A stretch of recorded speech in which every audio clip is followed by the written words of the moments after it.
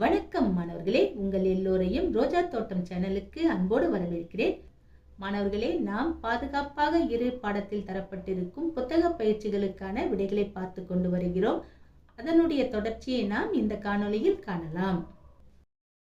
சொற்கள் இல்லா உணர்வுகள், அதாவது பேசவே மாட்டோம், ஆனா நாம என்ன சொல்ல வந்தோமோ என்ன செய்யறோமோ அது அடுத்தவங்களுக்கு நல்லாவே புரிஞ்சிடும். அந்த அளவுக்கு நம்ம முகபாவனைகள் இருக்கும். சொற்களின்றி உணர்வுகளை உங்களால் வெளிப்படுத்த முடியுமா? அதாவது மௌனமாக நடித்தல் அப்படின்னு சொல்லுவோம். வெவ்வேறு உணர்வுகளை ஒவ்வொன்றாக மௌனமாக நடித்து காட்டுக.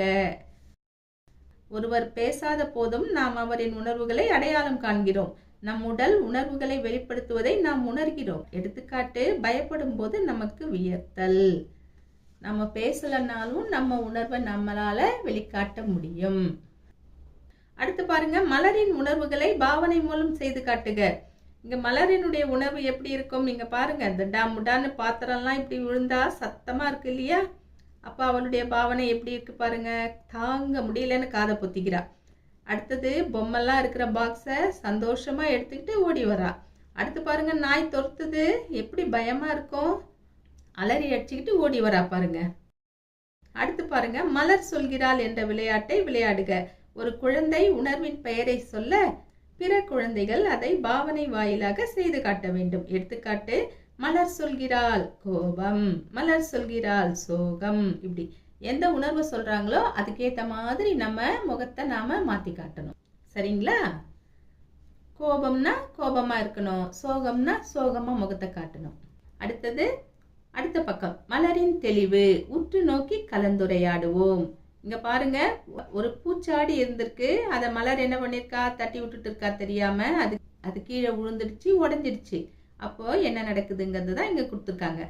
அச்சச்சோ, ஆ ஆ அப்படிங்கிறாங்க அவங்க அம்மா. நான் மிகவும் வருந்துகிறேன் அம்மா.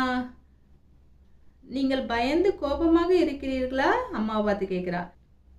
மலர் என் உணர்வுகளை புரிந்து கொண்டாள் அப்படின்னு அம்மா நினைக்கிறாங்க. நாம் கோபப்படும் போது நமது உடல் அதை வெளிக்காட்டும். அதனால்தான் நீங்கள் இப்படி நின்று கொண்டிருக்கிறீர்கள் அப்படின்னு மலர் சொல்றா. இதையெல்லாம் நீ எங்கே கற்றுக்கொண்டாய் மலர் அப்படின்னு அம்மா கேட்குறாங்க. பள்ளியில் அம்மா அப்படின்னு சொல்றா. அம்மா அவளை சேர்த்து பிடிச்சிக்கிறாங்க. அடுத்து பாருங்க, என்னை சுற்றியுள்ள வெவ்வேறு மனிதர்கள், 2 குடும்ப உறுப்பினர்களின் பெயர்கள் எழுத சொல்லியிருக்காங்க. 2 பக்கத்து வீட்டுக்காரர்களின் பெயர்கள் இப்படி எல்லாம் எழுத சொல்லியிருக்காங்க. ஒரு உதாரணத்துக்கு இந்த பெயர்களை நான் கொடுக்குறேன். நீங்க உங்க குடும்ப உறுப்பினர்களின் பெயரை எழுதுங்க. என்னென்ன கேள்வி கேட்டிருக்காங்களோ அந்த கேள்விக்கான விடைகள் எல்லாம் உங்களுக்கு தெரிஞ்சவங்க பெயரையே எழுதுங்க. சரிங்களா? இப்ப வாங்க பயிற்சிக்கு போலாம். 2 குடும்ப உறுப்பினர்களின் பெயர்கள் மாலா, லீலா. 2 பக்கத்து வீட்டுக்காரர்களின் பெயர்கள் ரவி, ராகவன். 2 நண்பர்களின் பெயர்கள் கணேஷ், சுரேஷ். 2 உறவினர்களின் பெயர்கள் முருகன், ஹரி. 5 அறிமுகமானவர்களின் பெயர்கள் காய்கறி விற்பனையாளர்கள், அவங்க கொடுத்துட்டாங்க. மீதி இருக்கிறத நாம செய்யணும். குப்பை சேகரிப்பவர், பூ விற்பனையாளர், பால் விநியோகம் செய்பவர், குடிநீர் விநியோகம் செய்பவர், செய்தித்தாள் போடுபவர், வளையல் விற்கும் தள்ளுவண்டிக்காரர், இடியாப்பம் விற்பவர், புட்டு விற்பவர். இவங்கெல்லாம் நமக்கு அறிமுகமானவர்கள் தான் இல்லையா? இவ்வளவு பேரையும் நீங்க எடுத்து எழுதணும்னு அவசியம் இல்லை. ஒரு 5 பேரை எடுத்து எழுதுங்க. சரிங்களா? அடுத்து பாருங்க, உற்று நோக்கி கலந்துரையாடுவோம். நமக்கு பலரை தெரியும். நாம் குடும்ப உறுப்பினர்களுடன் வாழ்கிறோம். நம் உறவினர்கள், பக்கத்து வீட்டுக்காரர்களை நமக்கு அடையாளம் தெரியும். அவர்களின் பெயர்களும் தெரியும். இவர்களை தான் நம்ம அறிந்தவர்கள்னு சொல்றோம். நமக்கு நண்பர்கள் இருக்கிறார்கள். சிலரை நமக்கு தெரியும், ஆனால் அவர்களின் பெயர் தெரியாது. கடைக்காரர், ஆட்டோ ஓட்டுநர், அடிக்கடி பார்க்கக்கூடியவர்கள். இவங்களையும் நமக்கு தெரியும், ஆனா பெயர் தெரியாது. நமக்கு முன்பின் அறிமுகம் ஆகாதவர் யார்? புதியவர்கள். அடுத்து, வெவ்வேறு தொடுதல்கள். சில தொடுதல்கள் அன்பை வெளிப்படுத்த பயன்படுகின்றன.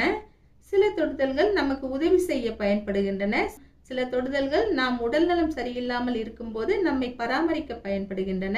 மேலும் சில தொடுதல்கள் விருப்பத்திற்கு மாறானவையாகவும் பாதுகாப்பற்றவையாகவும் உள்ளன. அடுத்த பக்கம் வாங்க, செய்து கற்போம். தொடுதல்களை அடையாளம் கண்டு நட்சத்திரங்களுக்கு வண்ணமிடுக. பச்சை கலர் நட்சத்திரம் இருந்தா அது அன்பான தொடுதல்.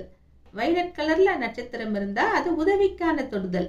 மஞ்சள் நிறத்துல நட்சத்திரம் இருந்தா அது மருத்துவ சிகிச்சைக்கான தொடுதல். சிவப்பு நிறத்துல நட்சத்திரம் இருந்தா அது விருப்பத்துக்கு மாறான பாதுகாப்பற்ற தொடுதல். சரிங்களா? இப்ப கீழே இருக்கிற பயிற்சியை பார்க்கலாம். முதல்ல இருக்கிற படத்துல அம்மாவும் பொண்ணும் ஹக் பண்ணிக்கிட்டு இருக்காங்க. இது பாசமா இருக்கிற ஒரு தொடுதல், அன்பான தொடுதல். இதுக்கு நம்ம பச்சை வண்ணம் கொடுக்கலாம். அவங்களும் பச்சை வண்ணம் தான் கொடுத்துருக்காங்க. அடுத்து இருக்கிற படத்துல ஒரு பையனுக்கு அடிபட்டுடுச்சு. இன்னொரு பையன் அடிபட்ட இடத்துல மருத்துவ உதவி பண்ணிக்கிட்டு இருக்கான். இது மருத்துவ சிகிச்சைக்கான தொடுதல். இங்க நாம மஞ்சள் வண்ணத்தை தீட்டணும். சரிங்களா? அடுத்தது பாருங்க, ஒரு தாத்தாவும் பேத்தியும் உட்கார்ந்துக்கிட்டு புத்தகத்துல ஆசையா ஏதோ தாத்தா சொல்லி கொடுத்துக்கிட்டு இருக்காரு. இது அன்பான தொடுதல். பச்சை வண்ணத்தை இங்க தீட்டணும். அடுத்து பாருங்க, 2 குழந்தைகள் ஒருத்தரோட ஒருத்தர் முடிய பிடிச்சி இழுத்துக்கிறாங்க. இது விரும்பத்தகாத தொடுதல் இல்லையா? இதுக்கு சிவப்பு வண்ணம் தீட்டணும். விருப்பத்துக்கு மாறான பாதுகாப்பற்ற தொடுதல். அடுத்தது ஒரு வயசான அம்மாவுக்கு ஊட்டி விடுறாங்க. இது அன்பான தொடுதல். பச்சை வண்ணத்தை தீட்டணும். அடுத்தது ஒரு மருத்துவர் ஒரு பாப்பாக்கு ட்ரீட்மெண்ட் கொடுக்கறாரு. இது மருத்துவ சிகிச்சைக்கான தொடுதல். மஞ்சள் வண்ணத்தை கொடுக்கணும். அடுத்தது விருப்பத்துக்கு மாறான பாதுகாப்பற்ற தொடுதல். பாருங்க, சண்டைக்கு போறான், கையை பிடிச்சி முறுக்குறான். இதற்கு நாம சிவப்பு வண்ணத்தை கொடுக்கணும். கடைசியா பாருங்க, ஒரு அப்பா பையனுக்கு பட்டன் போட்டு விடுறாரு. இது உதவிக்கான தொடுதல். வயலட் வண்ணத்தை நாம இங்க தீட்ட வேண்டும். பின்வருவனவற்றுள் எதை வேண்டுமானாலும் நாம் எதிர்கொள்ள நேரிடலாம். இந்த உணர்வுகள் பாருங்க, எத்தனை உணர்வுகள் நாம பார்த்தோம். இந்த உணர்வுகளை நாம எந்த உணர்வை வேணும்னாலும் எதிர்கொள்ள நேரிடலாம். இந்த தொடுதல்கள் எல்லாம் குடும்ப உறுப்பினர்கள், அறிந்தவர்கள், அடிக்கடி பார்க்கக்கூடியவர்கள், புதியவர்கள் என எவர் மூலமாக வேண்டுமானாலும் நடக்கலாம். இவங்க நம்ம வீட்டில் இருக்காங்க, இவங்க எதிர் வீட்டில் இருக்காங்க, இவங்க பக்கத்து வீட்டில் இருக்காங்க, இவங்க நம்ம வீட்டுக்கு அடிக்கடி வராங்க, நல்லா பேசுறாங்க அப்படிங்கிறதுக்காக அவங்க மூலயமா நமக்கு கெட்டது நடக்காம இருக்கும்னு சொல்ல முடியாது. அவங்களே கூட நமக்கு பாதுகாப்பற்ற தொடுதலை தரலாம். சரிங்களா?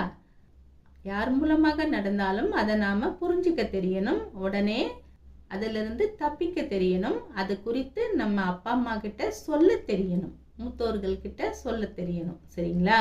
பயப்படக்கூடாது. அடுத்தது பாருங்க, விருப்பத்துக்கு மாறானவை ஆனால் இன்றியமையாதவை. மலர் ஊசி போட்டுக் கொள்ளுதல். இங்க பாருங்க, ஊசி போட்டுக்கிறது விருப்பம் இல்லாதது தான், ஆனா ரொம்ப முக்கியமாச்சே. ஊசி போட்டுக்கிட்டா தானே உடம்பு நல்லாகும். இப்போ விருப்பத்துக்கு மாறானது தான், அதனால இது தவறான தொடுதல்னு நம்ம எடுத்துக்க கூடாது. டாக்டர் நம்மளை தொட்டு ஊசி போடுறத நம்ம தவறான தொடுதலா எடுத்துக்க கூடாது. அது நமக்கு மருத்துவ உதவிக்கான தொடுதல். சரிங்களா? சில தொடுதல்கள் நமக்கு விருப்பத்துக்கு மாறானவையாக வலி தருபவையாக இருந்தாலும் அவை இன்றியமையாதவை. மலர் ஊசி போட்டுக்கொள்வதை போல. சரிங்களா? அடுத்தது விருப்பத்துக்கு மாறானவை பாதுகாப்பற்ற தொடுதல்கள். பிரியாவின் செயல். இங்க பாருங்க, பிரியா இது ஒரு பாதுகாப்பற்ற தொடுதல், எனக்கு வலிக்கிறது. இங்க பிரியா போட்டு என்னவோ கிளிட்டா.